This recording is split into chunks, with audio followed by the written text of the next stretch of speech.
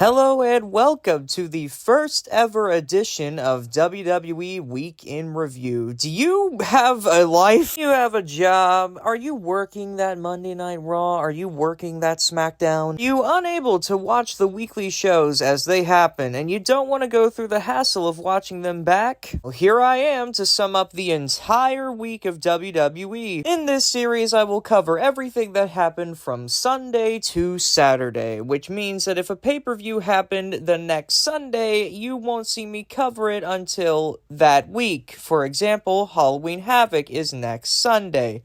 I will be covering Halloween Havoc the next week. For this series, there will also be timestamps in the description if you want to jump ahead to a particular show that you're interested in. Now then, let's get started with Monday Night Raw. Raw opens up rather chaotically as Bronson Reed is entering the arena. Seth Rollins attacks him, goes to the ring, demands that he comes to the ring, and chaos is just ensuing. A big brawl happens to open the show. Great opener. Next, we get a backstage segment with Damage Control and eventually Liv Morgan and Raquel Rodriguez. This doesn't really do anything other than establishing Liv's feud with, well, Nia right now, but also Rhea Ripley, and establishes a match later in the night. Afterwards, we get our first match of this Monday Night Raw, which is in the WWE World Tag Title Championship tourney. God, that's a lot of words, which is probably why Lillian flubbed that. Oh yeah, that's right, Lillian Garcia has returned. Everyone welcome back Mother. Tag Title tourney match is between the New Day and the Authors of Pain. After some shenanigans involving R-Truth making a save, or, the usual babyface heel stuff, the New Day pick up the win, and they will be advancing to the triple threat match to determine the number one contender for the World Tag Titles. After their win, the Wyatt Six make a return and beat down the Final Testament. Very good match. Fun little TV match. If I had to give it a rating, personally, I'd give it 3 stars out of 5. Hello, this is Editor Dave coming in for probably not the last time. The way I rate TV matches is drastically different compared to the way I would rate a pay-per-view match. The TV scale is a lot more loose than the pay-per-view scale. Just wanted to clear that up in case you're confused why some matches get high ratings.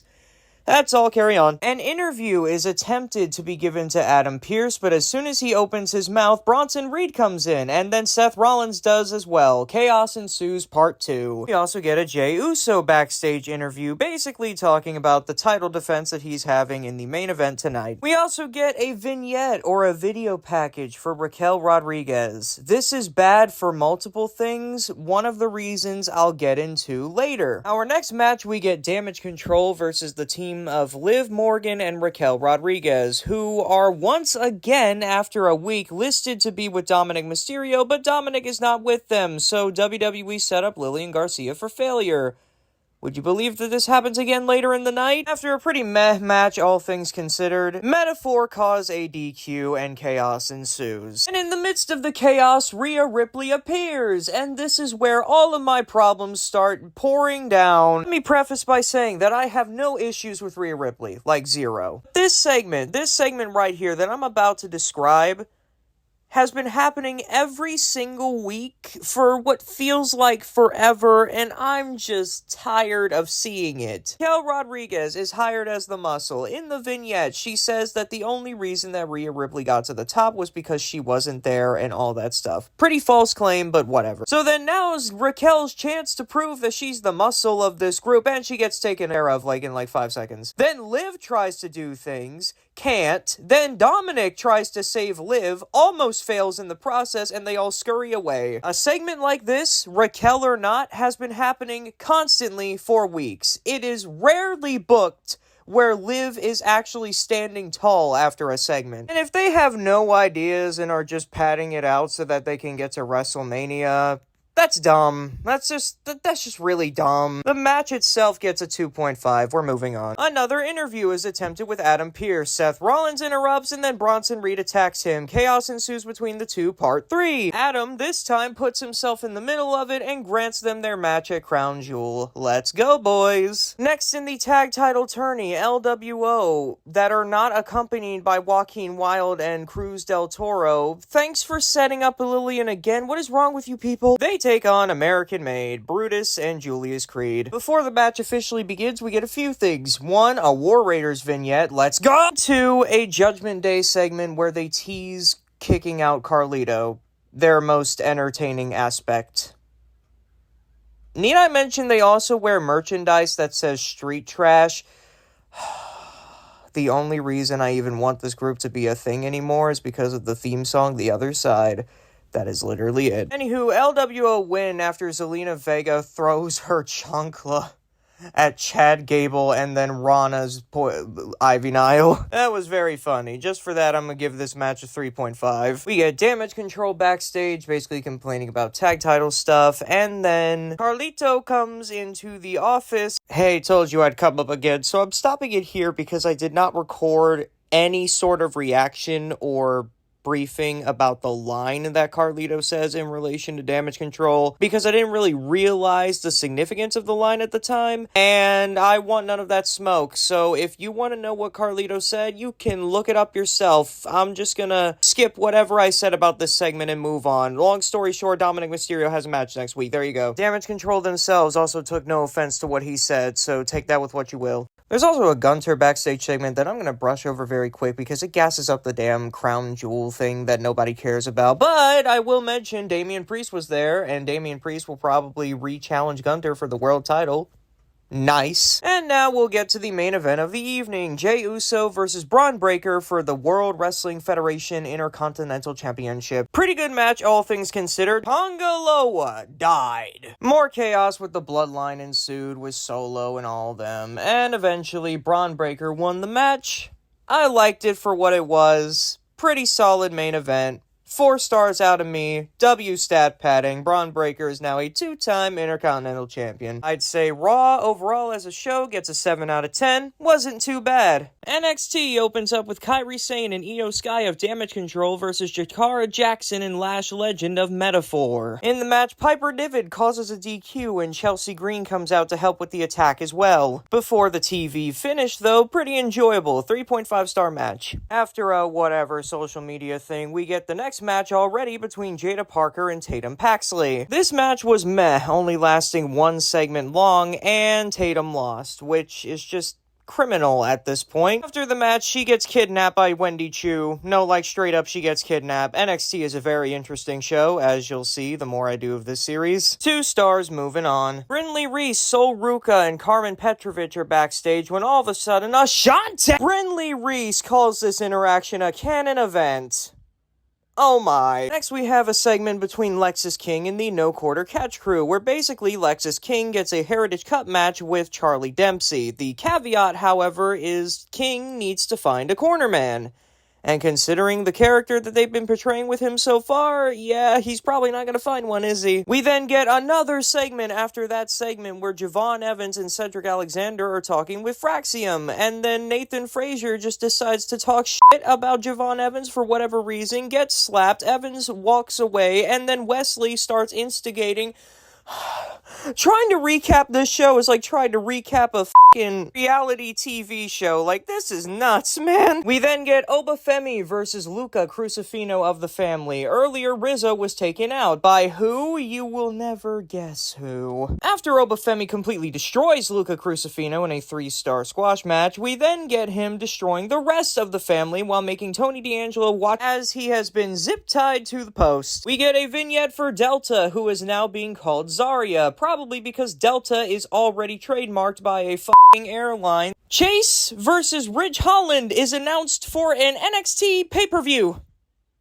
Ridge Holland! Let me not speak on Ridge, bitch. Apparently he has defenders. I don't want that smoke. Ethan Page and Trick Williams cut an in-ring promo segment between the two, where Ethan Page absolutely cooked. Talking about his 17 years of experience, how he's tasted his own blood. It was so good, and I highly recommend that if you're going to take your time to watch any of these segments I discussed today, watch this one. Pretty good. After that is yet another backstage segment about to go ass backwards at this point. Team 2001 is there, Fatal Influence is there, Lonnie is there as well. They all just talk shit about each other, and that was basically it. And then we get Sol Ruka versus Carmen Petrovich, where the finish was that she saw Ashante walk out with a girl that was not her. She gets jealous, and as she is staring at them, Soul runs to the turnbuckle and hits a Soul Snatcher for the three-star match. 3, take it or leave it. Backstage, once again, as MTS is talking to these two dudes that I forgot the names of because they're barely on TV, Obafemi comes over and he's like, thank you for the help. So MTS has now attacked Rizzo, probably, and MTS is not actually her name, it's Nikita Lyons, but there's a reason I'm calling her MTS. If you know, you know, and that's all I'm gonna say about that. Hank and Tank accompanied to the ring by a NASCAR dude versus OTM. The NASCAR dude helps Hank and Tank win the match. 3 stars, take it or leave it. Backstage for the 500th time, Frazier is pissed about the exchange that happened with Javon Evans, and he gets a match with him next week. And then Lexis King is like, oh man, I can't find a corner man. And Ava's like, well, you probably shouldn't have been a dick. And that was basically that segment. We get a Tony D'Angelo interview where Tony D'Angelo says that he will defeat Obafemi because that's what champions do, right? I apologize if this summary of NXT is very half-assed. NXT is one of those shows that you watch while turning your brain off.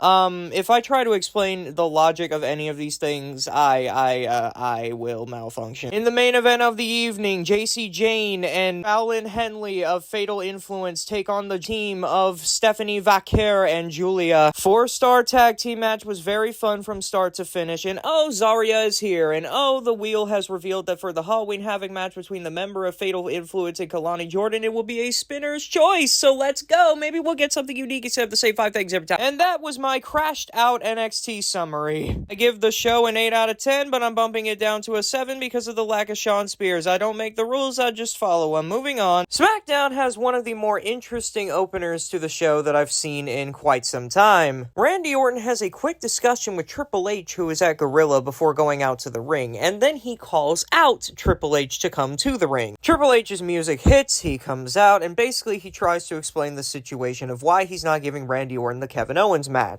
Long story short, he's afraid that Kevin will hurt Randy because of the pain that's been caused to him. And he doesn't want Randy hurt again because, well, that's his longtime friend, and his longtime friend got back surgery. He didn't tear an ACL or anything, he got metal rods put into his back. Regardless, though, Randy still wants the match because he's Randy f***ing Orton, and the match has been granted and will be official at Crown Jewel. We get our first match of the evening, which is match number 7 in the Carmelo Hayes versus Andrade Best of 7 series, and LA Knight is a special guest referee, and that's my problem with this match. LA Knight is a special guest referee and does LA Knight things, like ruin the entire match and call it a no contest. The match itself was good, as all the other matches in this series have been, but that finish just basically completely ruined it. It gets a 1 star from me, and if we don't get a proper final 7th match, it'll probably turn to a dud rating of 0. Backstage, we have Nia and Tiffany. Candice and Indy also appear for a second, and these people are all here to basically establish their current feuds going on. Candice LeRae is finally being used on WWE television in an actual storyline. Everyone clap it up for the big-nosed man. And Nia and Tiffany are, of course, prolonging their when will Tiffany cash on Nia story. And after the segment, we get the match of Naomi versus Candice LeRae, and that was a 1.5, I'm not gonna lie. Not because the match was bad by any means, but I just feel like it was kind of nothing, if I'm being completely honest here. So far, SmackDown's been doing the weakest of the 3 in terms of in-ring quality, which isn't really new, considering how long I've been watching these shows. Cody Rhodes and Gunter go face-to-face to talk about this filler title that will never matter ever, and it only exists to please the people that they're doing business with. Good promo segment, all things considered, but honestly felt a little bit dragged out, and I am just tired of this whole concept of a Crown Jewel championship being talked about. So the less I say about it, the better. Basically, the entirety of the women's tag division is backstage here at SmackDown. You got Damage Control, Metaphor, Chelsea and Piper, and then everything comes to a head when all 3 GMs are backstage as well, and they set up a fatal 4-way for the women's tag titles at Crown Jewel. Ladies, I hope you don't die of heat stroke. And in our main event of the evening,